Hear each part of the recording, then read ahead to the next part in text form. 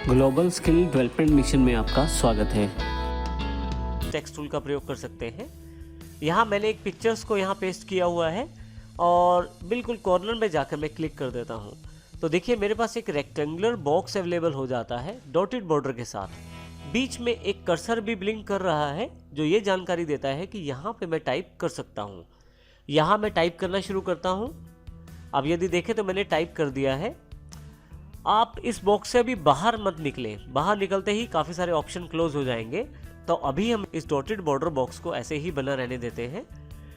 यदि आप यहाँ ऊपर की तरफ देखें तो टेक्स्ट टूल सेक्शन के अंतर्गत टेक्स्ट टैब एक अलग से अवेलेबल हो गई है जिसमें काफ़ी सारे ऑप्शन जो हैं वो टेक्स्ट से रिलेटेड हैं, जैसे कि फ़ॉन्ट का ऑप्शन है, साइज़, इसके अलावा भी बहुत सारे ऑप्शन हैं।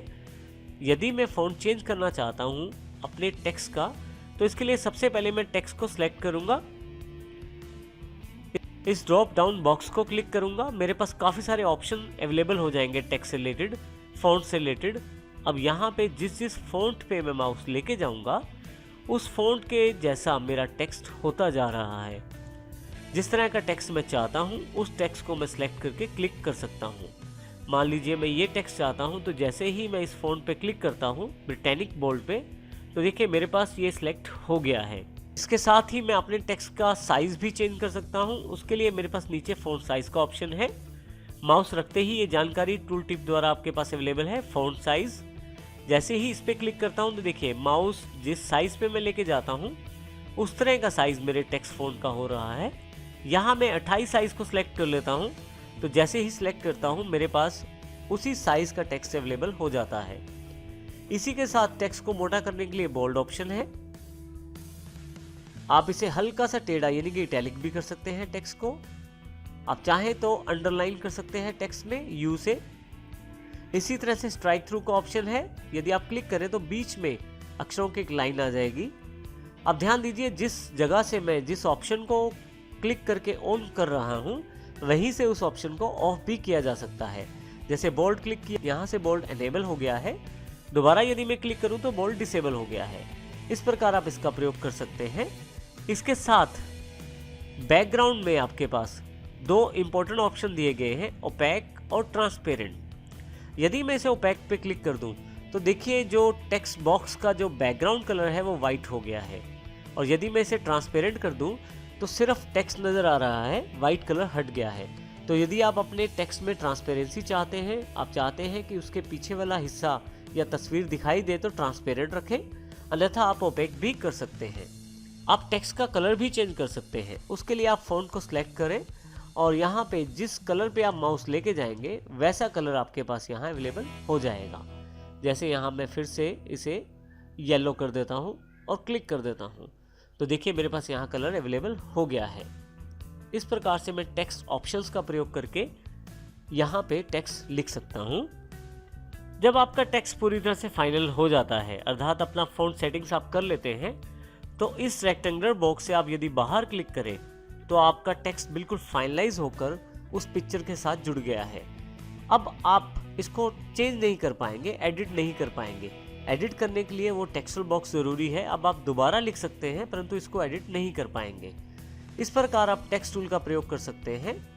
नेक्स्ट टूल जो हमारे पास उपलब्ध है वो है कलर पिकर के रूप में। ये माउस लेके जाएं तो यहाँ आपको दिखाई देगा।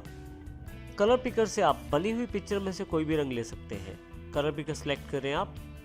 बनी हुई पिक्चर में आप जिस रंग को आप लेना चाहते हैं उस कलर पे क्लिक कर दीजिए। जैसे मैं इस ड्रेस कलर को लेना चाहता हूँ, मैं क्लिक कर देता हूँ। वो ड्रेस कलर मेरे पास यहाँ कलर 1 में सिलेक्टेड हो गया है। अब इस कलर को यदि मैं यहाँ बॉक्स में भरना चाहता हूँ तो मुझे फिल विद कलर का प्रयोग करना पड़ेगा। मैं सिलेक्ट कर लेता हूँ और यहाँ पे फिल कर देता हूँ। इसी प्रकार से दूसरा कलर लेने के लिए फिर से कलर पिकर का प्रयोग करता हूँ मैं यहाँ से। और मान लीजिए अब की बार मैं ये रेड कलर लेना चाहता हूँ, मैं क्लिक करूँगा, देखिए यहाँ रेड कलर अवेलेबल हो गया है। और क्लिक करते ही आप इसको फिर से फिल कर सकते हैं। कोई भी कलर पिक्चर में से लेकर आप उसका प्रयोग कर सकते हैं। कलर पिकर आपके बनी हुई पिक्चर में से कलर्स को उठाता है और फिल करने में आपको मदद करता है। अगला टूल जो हमारे पास अवेलेबल है वो है मैग्नीफायर के रूप में। मैग्नीफायर से आप किसी भी चीज़ को बड़ा करके देख सकते हैं। जैसे मान लीजिए मैं इस बैलून को बड़ा करके देखना चाहता हूँ, जैसे ही क्लिक करता हूँ ये पिक्चर मेरे पास जूम होके बड़ी हो जाती है। फिर से क्लिक करता हूँ, थोड़ा सा और जूम बढ़ जाता है। आप साथ साथ नीचे यहाँ भी यदि देखते रहे तो 200% जूम हो गया है। फिर से एक बार क्लिक करता हूँ तो 300%, 400, इस तरह से आप जूम का लेवल बढ़ा सकते हैं और इसको आप जूम के मैक्सिमम लेवल तक लेके जा सकते हैं। यदि आप जूम लेवल को वापस लाना चाहते हैं तो राइट क्लिक करना शुरू कर दीजिए। राइट क्लिक से जूम लेवल घटता चला जाएगा। नीचे आप यहाँ स्टेटस बार पे जूम स्लाइडर पे भी देख सकते हैं। देखिए यहाँ पे जो साइज है वो जूम साइज जो है वो छोटा होता चला जा रहा है। इस प्रकार मैं ये प्रयोग कर सकता हूँ जूम लेवल को अपनी सुविधानुसार।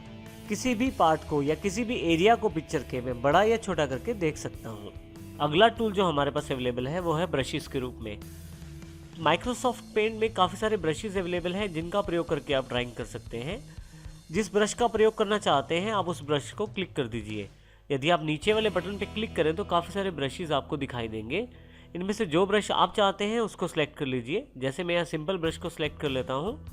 जैसे ही माउस को मूव करता हूँ लेफ्ट क्लिक प्रेस करके तो देखिए मेरे पास वो ब्रश काम करना शुरू कर देता है। इसी तरह से मैं दूसरा ब्रश ले सकता हूँ कोई, और आप ड्रॉ करके इनके डिफरेंस को देख सकते हैं। जैसे यहाँ पे एयर ब्रश है तो कुछ एयर ब्रश जैसा इफेक्ट यहाँ पे आ रहा है। इसी तरह से अलग अलग ब्रशेस इफेक्ट हैं। आप किस प्रकार का इफेक्ट प्रयोग कर रहे हैं, अगर माउस रखें तो ये आपको उसका नाम भी बताएगा। जैसे ये ऑयल ब्रश है और ये जो क्रेन है, कुछ इस तरह से। आप चाहें तो ये ब्रश का कलर भी चेंज कर सकते हैं। केवल आपको कलर सेलेक्ट करना है और देखिए यहाँ पे ब्रश जो है अलग कलर में डिज़ाइन करना शुरू कर दिया है उसने। इस प्रकार से आप अलग अलग ब्रशेस का प्रयोग कर सकते हैं। यहाँ एक इम्पोर्टेंट टिप, यदि आप कंट्रोल के साथ प्लस बटन दबा के रखें जो ब्रश का साइज़ है वो बढ़ जाएगा, और यदि कंट्रोल के साथ माइनस का बटन दबा के रखें तो ब्रश का साइज़ कम हो जाएगा। कंट्रोल प्लस दबाने पे मेरे पास ब्रश का साइज़ बढ़ गया है। अब की बार देखिए बड़े रूम में ब्रश प्रयोग कर रहा हूँ मैं। यहाँ पे एयर ब्रश सेलेक्ट कर लेता हूँ। ये देखिए दूसरा ब्रश सेलेक्ट करने पे, और फिर से यदि मुझे इस ब्रश का साइज़ को छोटा करना है तो कंट्रोल के साथ माइनस का मैं निशान दबाऊंगा, जिससे मेरे ब्रश का साइज़ छोटा हो जाएगा। तो इस प्रकार आप ब्रश साइज़ का प्रयोग कर सकते हैं।